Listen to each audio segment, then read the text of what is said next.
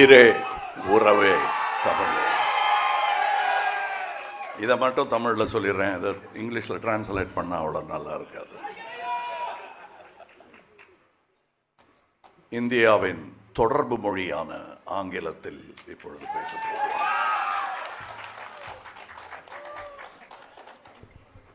இல்லைங்க, இது பாலிடிக்ஸ் எல்லாம் இல்லை, ப்ளீஸ். இது தமிழனின் யதார்த்தம்,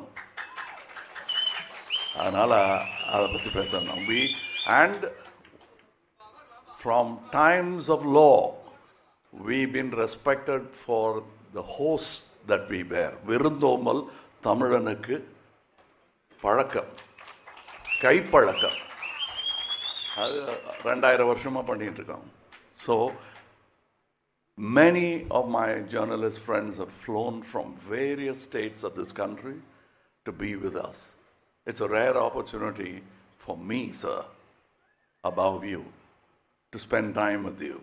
We have not met very often in recent years. And this talk of pan-Indian movie, we always wanted to make movies for India. Any movie becomes a pan-Indian movie, which is a good movie. For according to me, Saving Private Ryan is our movie. It doesn't matter what language it speaks in. And years before, when I was 40, 45, I don't remember the years, though it hurts sometimes when people like Abhirami says, நான் 11 வயசுலேருந்து உங்களை பார்த்துட்டு இருக்கேன்னு. பக்கத்தில் த்ரிஷா உட்காந்துருக்காங்க, அதுக்காவது ஒரு மரியாதை, அந்த நம்பர் சொல்லாமல் இருந்திருக்கலாம்ல. பரவாயில்ல, போயிட்டு போகுது, அதெல்லாம் தாண்டி வந்துட்டேன் நான். அதனால் இப்போ அதை பற்றி கவலைப்பட்டு இருக்க முடியாது. But let me tell you, nothing has changed between Mani sir and me. When we met, whatever we spoke of, parked motorcycles in Eldams Road, we used to sit on them and talk of those things. We have done about 25% of what we spoke of. அதில் ஒன்று நாயகன், இன்னொன்று இது. We have a long way to go because we didn't get to realize all our dreams in any film. I'm sure that will be the case in the future films that we do. We dream so big and then we constrict it to fit our market and our budget. So certain ideas we have to bow before the public. And let me tell you, the reason we didn't get together all this time, the mistake is with us.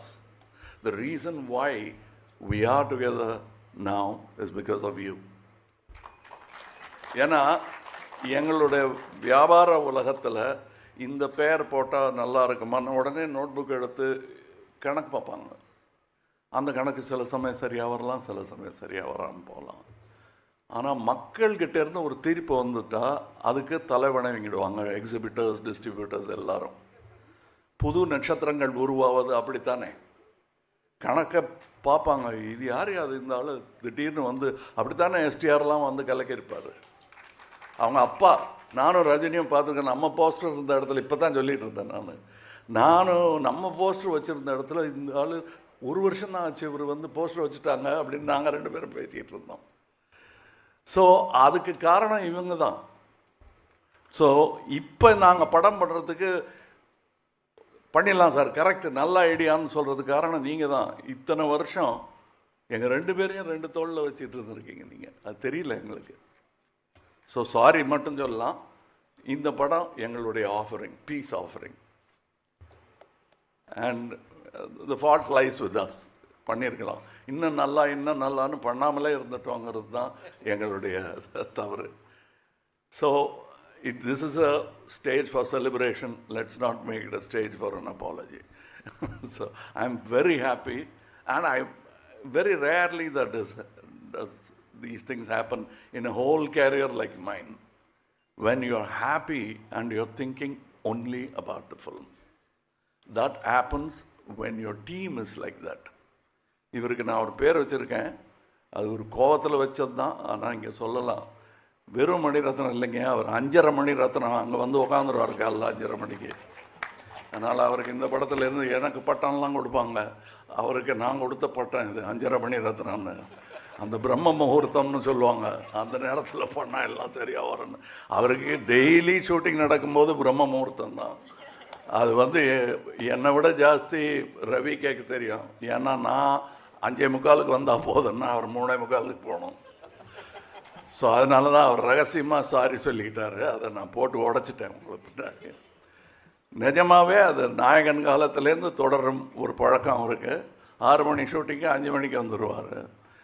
இது அதை பற்றியே நைட்டெல்லாம் நினச்சிருந்தா தான் அப்படி எந்திரிச்சு வர முடியும் அலாரம் இல்லாமல். ஸ்பாட்லேயும் அவர்கிட்ட சினிமா பற்றி பேசினா அரட்டை அடிக்க முடியுமே தவிர, பாக்கி நேரத்தில் அவர் இந்த பக்கம் போய் அங்கே பார்த்துட்டு இருப்பார். எனக்கு அதெல்லாம் பார்க்கும்போது பாலச்சந்திர சார் ஞாபகம் வரும். அவருக்கு தெரியும் அது எவ்வளோ பெரிய காம்ப்ளிமெண்ட்னு. செய்திகளை உடனுக்குடனும் துல்லியமாகவும் தெரிந்து கொள்ள சப்ஸ்கிரைப் பண்ணுங்க.